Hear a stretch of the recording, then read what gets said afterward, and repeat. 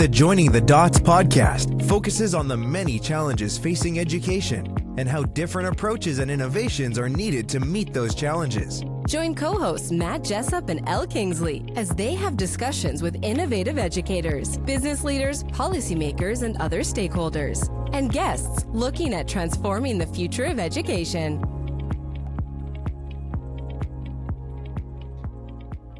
Morning, Martyn. Morning, Matt. Thank you for joining us, the brains behind the Brilliant Festival, which by all accounts seems to have been a huge success in Liverpool when it happened. And I just saw today that the floor plan for next year is out already. Tell us a bit about the Brilliant Festival. Where do you start? We're the new kid on the block, if you like, in some respects. And just to clarify, my background is not in education. Although I do tell people that I started in education. I was 5 at the time, though, because everyone had to start in education. But I've been working in industry virtually all of my life. Latterly, the last 10 years or so, putting on large-scale digital and tech events. And the experience of doing those went from very big companies, very big tech companies in particular, saying to me, listen, I'll be involved in your exhibition if you can bring customers to me. It was a very binary thing. They'd pay to invest in an exhibition if they got a return on investment because people came along who would buy their services.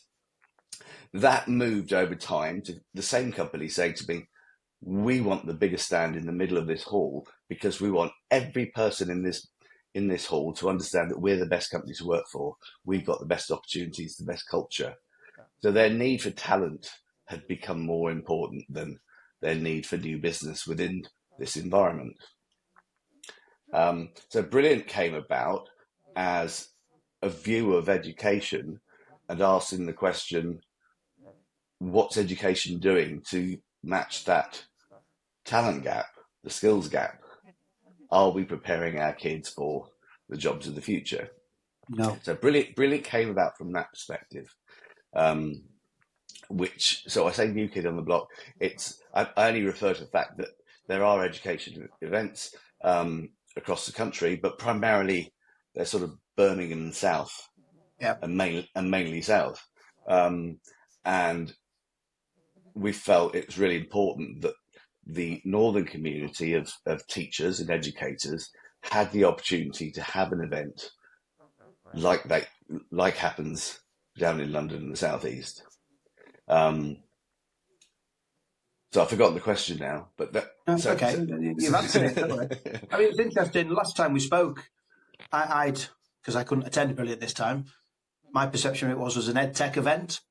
But then you explained your background, like you've just done, coming from industry and things, and it was like you sort of said it's more about adjoining industry with education because there is a lack of cohesion across this country.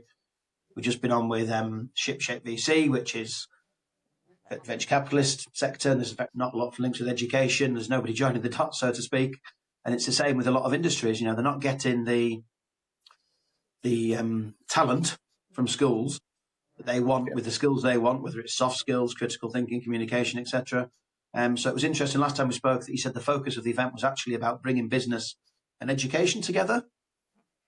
Well, you can look at the event through a number of lenses. Certainly that's correct. Is bringing industry and educators into the same room, but the third voice in the room is technology. Because if you're looking to shape the future of education, you need at least those 3 voices in the room. I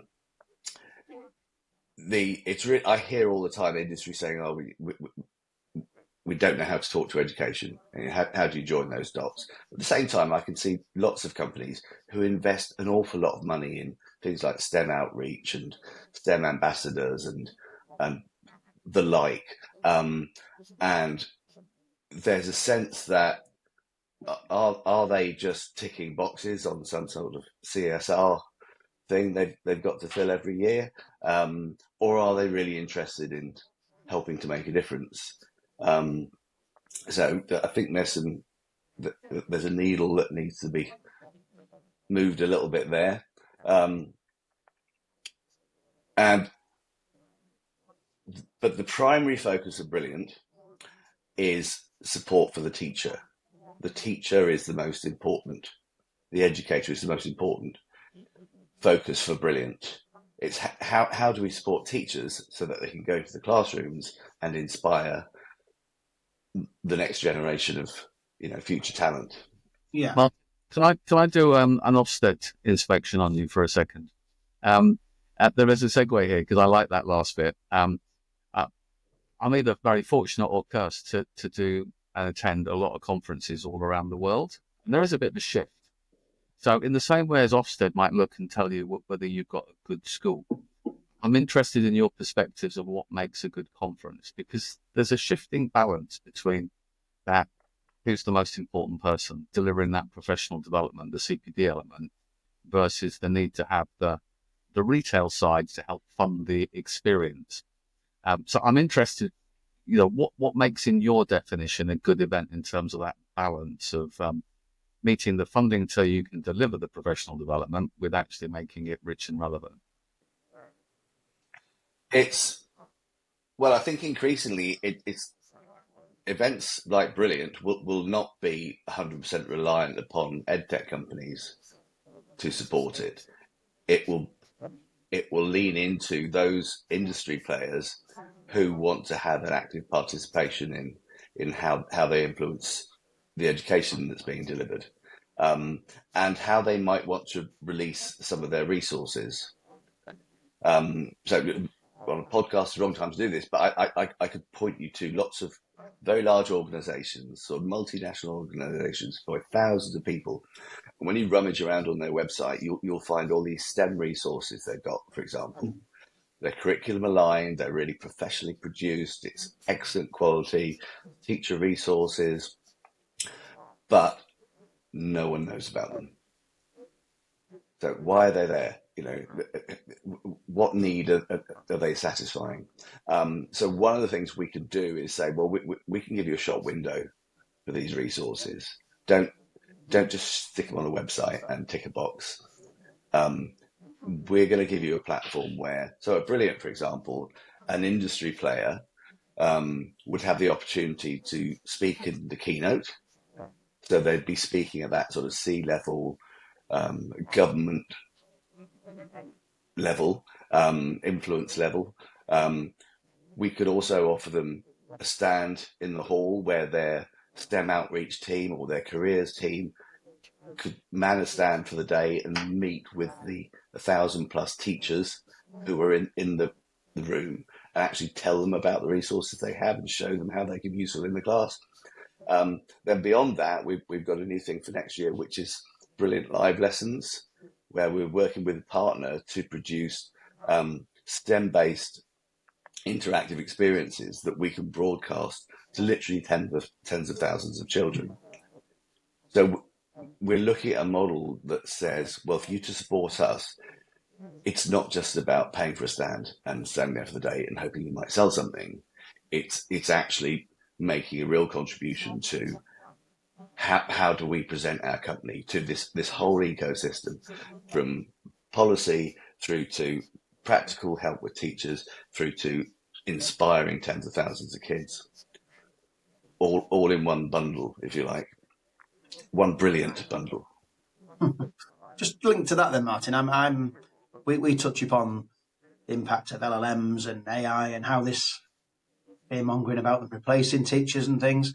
I'm very much of the opinion that teachers will become facilitators moving forward, as opposed to standing in front of a class teaching as they do now. And because kids are picking things up so quick and they're growing up with a lot of this technology, do you see Brilliant in terms of your live lessons and demos and things adapting along those lines as well, and that in years to come you might actually be presenting things that show teachers how to facilitate personalised learning pathways and the like, instead of just a general STEM lesson, to give a really blunt black and white example?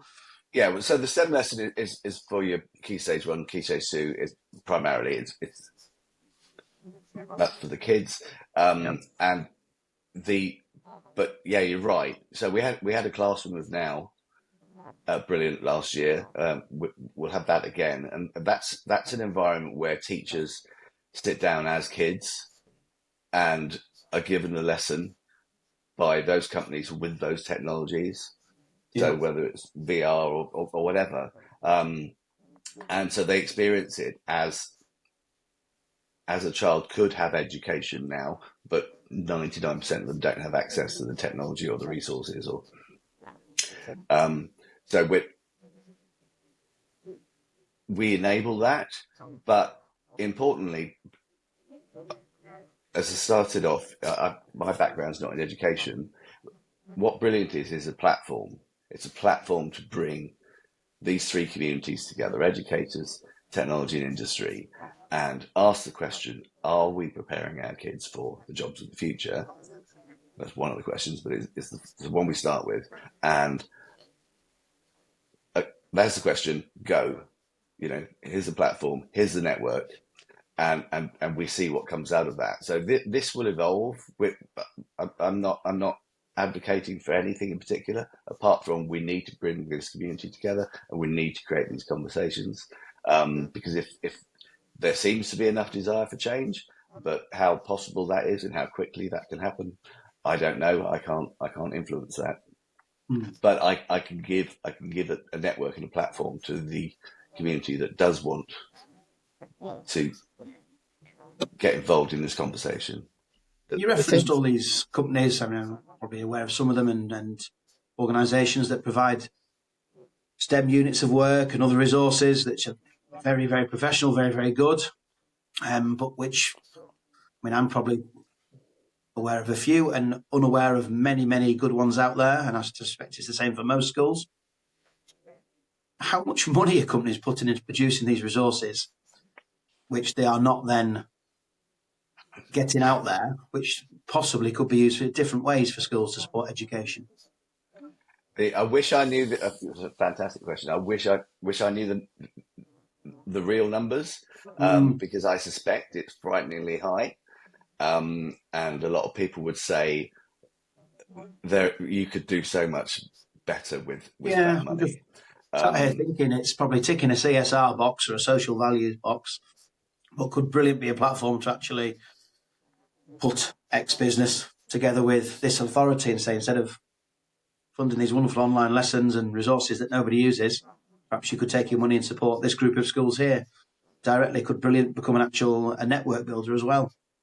I would genuinely hope so, because we do see this happening. I've seen this happen in the Liverpool City region. I've seen projects where private sector companies, tech companies, are running a small project with some schools, and they've got regional support for them in terms of sort of press and PR.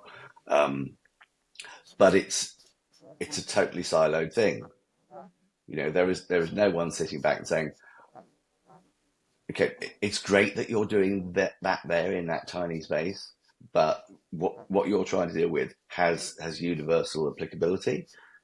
This should be a much bigger thing, and we should engage more people to enable this. So that's a fervent hope that Brilliant is seen as that network that can join these dots. Not in control of it. It's its own thing. It is a platform. It's just interesting. Like, we've got BAE, just down the road from us in Barrow, and they have their outreach and they do little bits and bobs here and there, but it's a small fraction of a massive multinational company. And you think if they really wanted to, they could actually really influence and benefit the whole area, Barrow and Furness, and the whole peninsula, for their own benefit as well as the benefit of everybody in it, because they would actually be creating their employees of the future, if they can find the schools willing to take it on. It's a tough one because BAE, the reverse of that is you could say BAE are working incredibly hard to do something about this. Mm-hmm. So whether or not you agree with what they're doing, they could quite rightly turn around and say, we're investing a lot in this. We're doing all these things. And the trouble with an organisation that's already doing all these things is it's hard for them to move from we're doing all these things to, actually, we might be better off doing something else.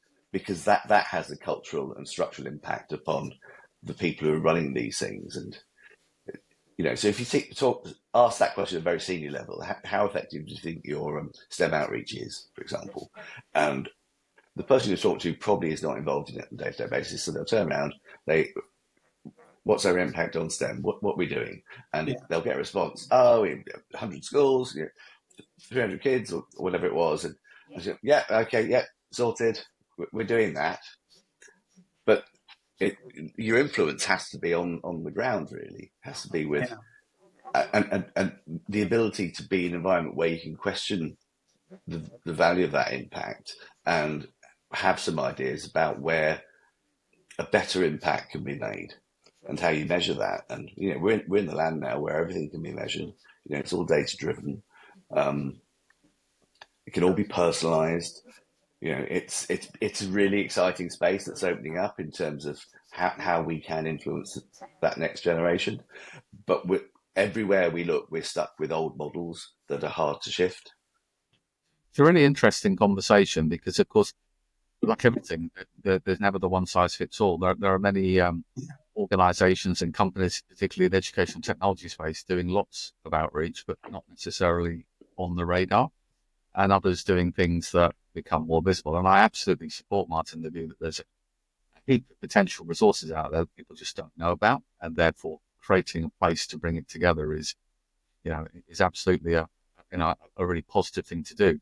I think where there is absolutely common ground on all these things is your focus around whether we call it STEM or STEAM, and I support the STEAM, that with an ever influenced society of technology, young people having that focus and looking at ways to develop some of those STEM skills is really, really important. And that's a bit of a differentiator because they're the things that potentially unlock more of those human created skill sets that we often talk about, and Matt and I were chatting in our previous episode. So I'm interested, you've obviously identified that STEAM space as being one that's absolutely critical to unlocking the future workforce for UK PLC, but that's what the government wants, is growing that GBA year on year, region by region.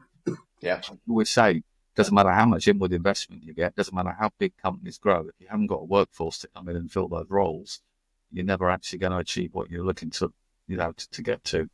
Yeah. And the other point on that is UK PLC as such is tiny. We have a population of 67 million. Probably got that wrong, around there. But we're competing against India, that has a population of 1.1 billion, and China similarly. And so their capacity to create more scientists, more technologists, more engineers, more mathematicians is much, much bigger than UK PLCs. They're producing them in their thousands compared to our one or two on a relative scale. So the challenge for UK PLC is not only should we be promoting STEAM education, we should be doing it better than anyone else. Because if we can't beat them on quantity, we're going to have to beat them on quality. We could switch hats on some of these topics, though, Martyn, because we could say we want them to acquire those STEAM skills because it will help unlock the workforce in UK PLCs, smaller than other markets, or many others they are. But if we wear the hats of trying to do the right thing by young people, I'm more than happy if they acquire the right skills. That means they can work from their house in Cumbria for a tech startup in San Francisco. And one of the other changes in the landscape is, the jobs market is now global. We're able to acquire and compete as individuals in jobs all around the world. And still contributing to the UK economy by having skilled people that can work and pay their taxes here. So, there's a value to both perspectives there, isn't there? Totally. I'll go back to my initial point about Brilliant. It's a network and a platform. I'm not here to make. I'm not the answer to any of the questions, and my opinions really are irrelevant, really, because the players are all out there doing their bit, but they're doing it in silos. Yeah, I think the key though, Martyn, is, and I appreciate you sort of putting that thing on it, but I think there is importance because what we're trying to capture is there are places and spaces where people of a similar mindset come together. That's where people are sharing things that unlock potential for the other side. And sometimes it's a two-way symbiotic relationship. And we're interested in seeing how those are becoming more dominant or are growing. I mean, the fact that you've got a place and a space to bring together like-minded people in the north of the country in itself is a step forward in terms of accessibility and bringing together people. But also year on year, you must be seeing there's a greater awareness of how we need to focus on certain skills to unlock the potential in the economy. Yep, totally.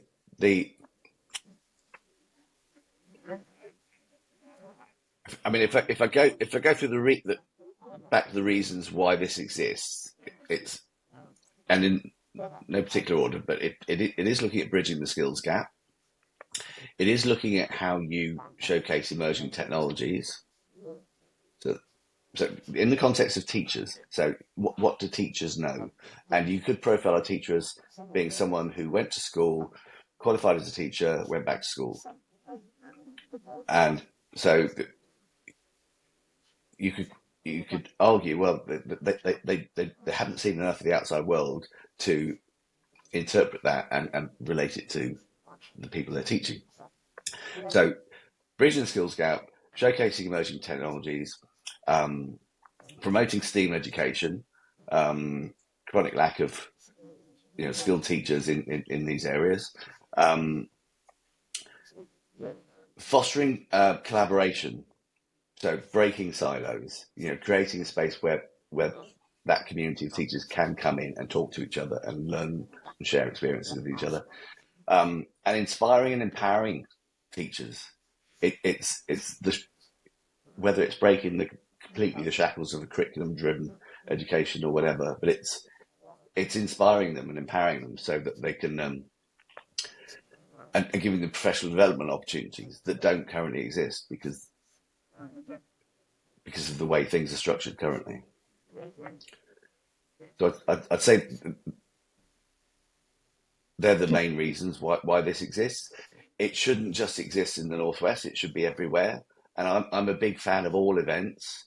So I don't see Brilliant as a competitor to anyone, because at the end of the day, what Brilliant does is in support of teaching and education and the future success of our children and this country, this planet, and any organisation anywhere that starts thinking a bit more like that gets my full support. And I don't compare us to EdTech events or similar. People have a tendency to make conversation on this topic a bit of a zero-sum game. It's either one or the other, black or white, much like the role of AI in education. And the same's with events. Actually, it's about choice. It's about different perspectives. The different events can be in the same ecosystem and add different value to it. I mean, I certainly like Matt's view of, if you've got something that's really adding value and is a great community connector, the more you can take that, in addition to being in a central meeting place like your event, and take it somewhat out on the road, or find a way that people can continue to leverage in that community between the events. I think there's always going to be more value in that. I do have a declaration of interest, actually, because 2 of my team did go to Brilliant this year and were highly complimentary about it. So it was a really good event. So I'm really pleased to hear that. Thank you, Al. No, absolutely. The team really liked it, and I think it's really refreshing. I mean, sometimes we are always set in the let's do it this way because that's the way we've always done it. I mean, that's a nice discussion around education in the broader sense, but in terms of how do we engage with the right stakeholders, the ones you've identified, you've got to try different things. You've got to have different niches and focus. You can't expect to go to one event which has got a specialism on everything. By definition, that's not going to happen.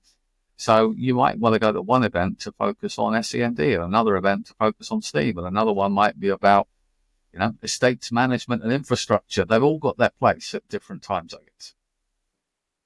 I think it was nice that it was different. It was nice that it was in Liverpool as well, Martyn, because like you say, there's a lot of events that are focused on London or Birmingham or Manchester, say. But for me, as a Cumbrian, Liverpool is still a 2-hour drive, realistically. So is there any potential in the future to do events further around the north of England under the same brilliant banner? Or is it very much going to be a Liverpool, brilliant, best city in the world, Liverpool-focused event? Have we got a football team? Just a little bit. I'm open to I'm open to any and all ideas about how this might grow. I think at the end of the day, Brilliant will be always rooted in Liverpool, and there'll be an event every year in sort of October, November time in Liverpool.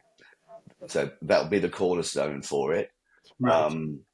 But we are already having conversations about could we pluck bits of this and drop it in Cumbria, Edinburgh, I don't know, drop them somewhere else. So it wouldn't be the full hit. I mean, it's not to. There's quite a lot of work involved in putting on an expo and hiring the hall and finding all the sponsors, and it's horrible. Don't do it. I really don't recommend it. And then when people say, "Oh, can you come and do it in Cumbria?" There's loads of logistical things. You don't have a venue so you can't take the same thing. You can't put Bet in Cumbria because they need space for 600 exhibitors and 30,000 people. It's like doubling the population of Cumbria for 3 days. So it's hard to transport these things, but there are models where you could take bits of it, and I'm certainly very interested in that. I mean, some of the stuff I can't even talk about at the moment, but it's something I'd love to explore. Okay. So one of the ideas is because there are a lot of great talkers in this space and practitioners, people who are out there in the classroom doing things which are really exciting, but they're not tied to a school. So you could almost create this sort of brilliant team of educators and say, let's go and do a day in Cumbria, and we'll invite loads of schools in, and we're going to have this series of, I'll say masterclasses, but a day of real practical one-on-ones with this group of brilliant teachers. Yeah. Okay. For example. Sorry. For example, I mean, there's other things. Al mentioned Ofsted recently. Sorry about that. No, it's fine. But what I'd hope one day is that we have a brilliant school, not just outstanding. We have a brilliant school. It's steam powered. Industry engaged. All the latest tools and technology. I'm going to get another plug in here now, Matt, because in my new book, the first chapter is what makes a good school, and it's not a Ofsted thing. Not at all. And I'm with you. I mean, the word good in itself, the language changes, but the aspiration of a brilliant school, I think we all support. I think the thing we keep always coming back to is this nuance of there's no one size fits all for any school. It depends on the cohort of children, where you are in the country, what their aspirations are, and if it's not relevant to them in terms of their interests and the future skills that they need, then you're always destined to failure. Again, that's why I kind of embrace the idea that it's the more places there are for people to come together, chew the fat, see what's available, make informed decisions, good, bad, or ugly, the better we are in being informed to challenge what we currently have and what it could look like. And I think that's the key. I also think, which is also refreshing, is that link, because at the very beginning you talked about employers shifting from how much can we sell to how can we acquire the future workforce, how can we actually empower them with the right skills. And that, to me, is a really important and relevant space right now, is that actually aspirations are nothing. We've got a workforce that are motivated and appropriately skilled.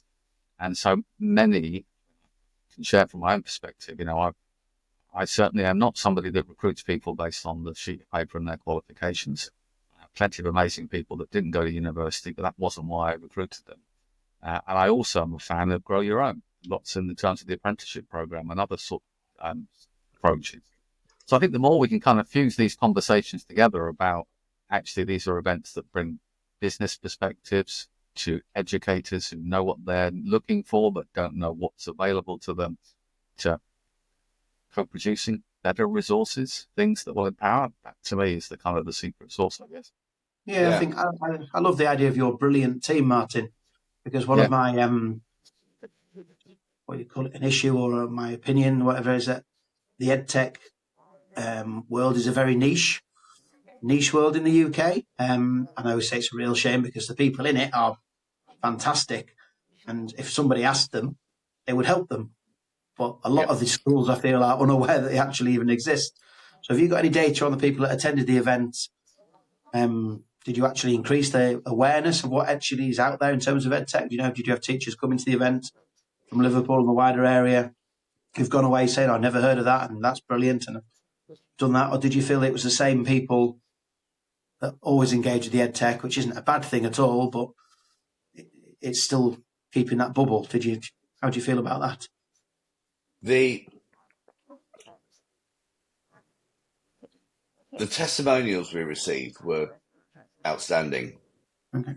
I've run a few events in my time, but I've never run one that had such positive reaction. The amount of social media around it, and it was definitely validation that if an event was needed in the Northwest, this proved it. So the people who went to it, by and large, were not people who went to other events, because that's good. That was the problem. They can't It's go. more accessible. Yeah. So we had 1,057 come in, and bear in mind this is the first time we'd run the event at scale. We'd only done a soft launch the year before, so in terms of data and understanding outcomes from this, we're a startup. This is the first time we did it, and we can't overwhelm people with too many questions, and we're too young to understand what's been our impact over the period, because we're literally just opening up these conversations. But going back to something Al said before about the the differences between schools and areas and demographics and stuff, and one of the things that industry tell us actually is they don't care about qualifications. They're not worried about that. What they want are people who have got core competencies. They can communicate, which I'm doing very badly at the moment. But for instance, soft skills, isn't it? Yeah, critical thinking. It's the desire to learn. If someone is not curious, if someone is curious and they get taken into an industry, that industry can put them to work on something because they'll want to learn, they'll want to develop it. If they're not curious, they're going to spend their lives pressing a button or doing something.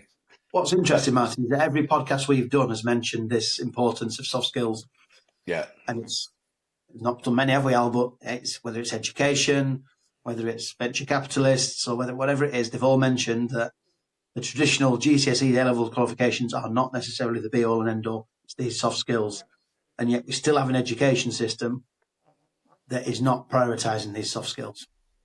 We only created those GCSEs and A-levels ultimately. It was driven by the universities needing to have a measure of someone's competency to come on to the next level of structured learning. But if you're not looking at your pathway as becoming a doctor or a scientist with a particular skill set, then the whole idea, and it's a topic I've heard Matt talk about a few times, but actually micro-credentials and other things are just, in many cases, more relevant.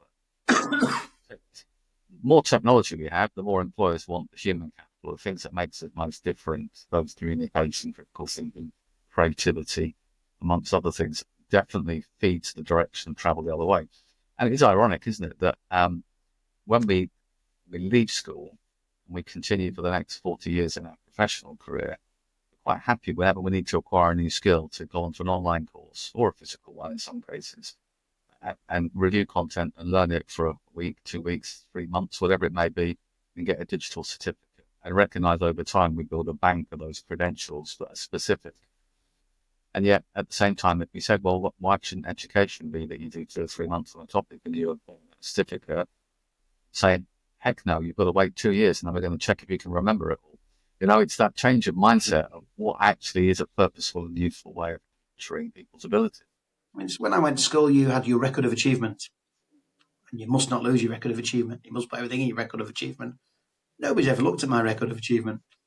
It's not particularly full of achievements anyway, but there's this whole focus in secondary school that you must populate your record of achievement. At no point has that ever been any use to me, that record of achievement. And you just think, it's still there in secondary schools, isn't it? And like you say, we should maybe be looking at secondary schools. I'd love to see all the secondary schools offering micro-credentials as alternatives. And there's options out there that are cheap or free that they could use, but the accountability framework is they haven't got the time, basically. Conversations I was having the other day was fictitious conversation, but industry saying to universities, you're not producing the caliber of student we need in the workplace today. And universities turning around to higher education or sixth form colleges and saying, you're not producing the sort of students we need to get degrees to go out to the workplace. And then higher education, further go to secondary schools, saying, you're not producing the caliber of student we need to put through the system. And then it bounces to primary schools. You're not producing the right caliber. So it starts, so the tagline for Brilliant is early years to careers.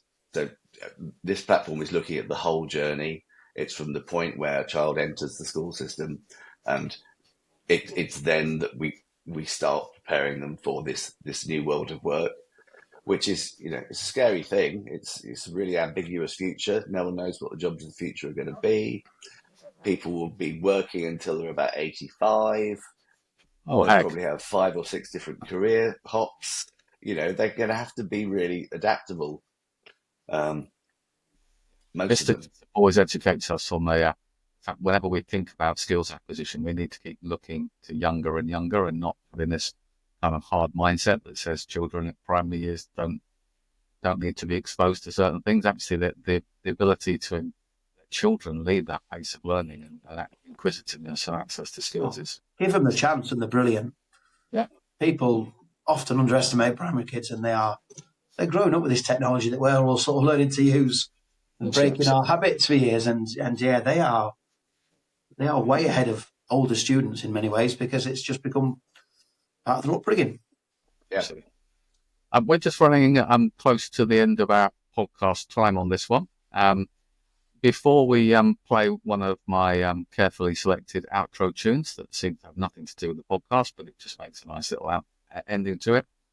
Martyn, give us your thoughts about what people might be able to expect at Brilliant 2025.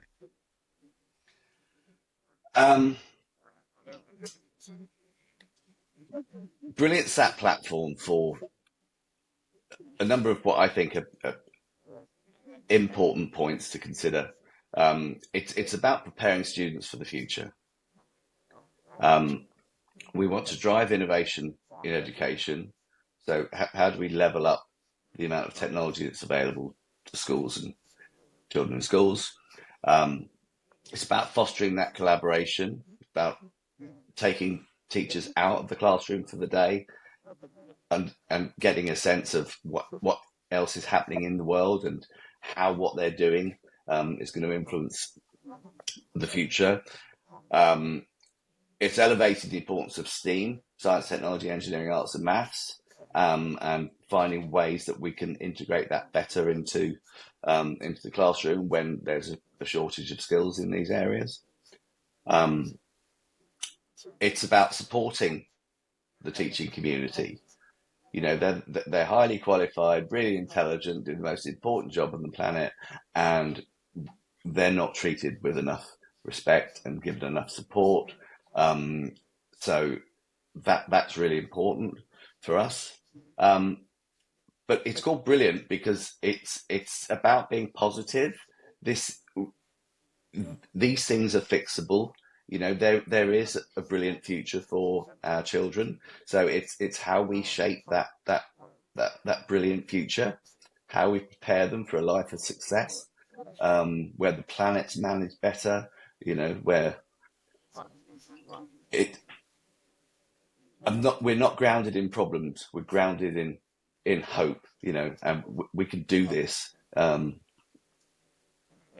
So it's that and more. So we're taking a bigger space. Over 50% of the companies who exhibited last time round have already booked to come back next year. That's a real ringing endorsement for the experience they had on the day. I'll say again, this event is not primarily for EdTech companies who want to come and sell units. Because if they're having that conversation with me, they've forgotten the why. They've forgotten the why of their EdTech, and they should be there because they want to support education. That they're part of the solution to this, and that should be their metric. Because if they don't have those conversations with teachers, and those teachers don't understand how that technology can be embedded in the classroom, they're not going to sell it to anyone. They're talking to the wrong people. So it's... That's really good. Maybe we should schedule and go and do a podcast recording episode of next year's event, Matt. Go and record why not? People who are sharing ideas and insights there. That'd be really interesting. And I'll take you to see a Liverpool game while you're up, Al, as well, so you can truly appreciate the genius of Anfield. Surely they're not at the same level as Peterborough United. Barry Fry and Peterborough United. See, Martyn, we always end on a some slight segue to a completely unrelated topic. So, most importantly, thank you for taking time out. Thanks, Martyn. I really appreciate chatting, and keep up the amazing work with Brilliant. No, it's absolutely my pleasure. Thank you both. And if you want to come up to Brilliant next year and run some podcasts, talk to some people, the door's open. Happy to host that. Thank you. Been a pleasure, sir. Right, and now for some fun music to end the show. Cheers, Martyn. Thanks, Matt. Thanks, Al.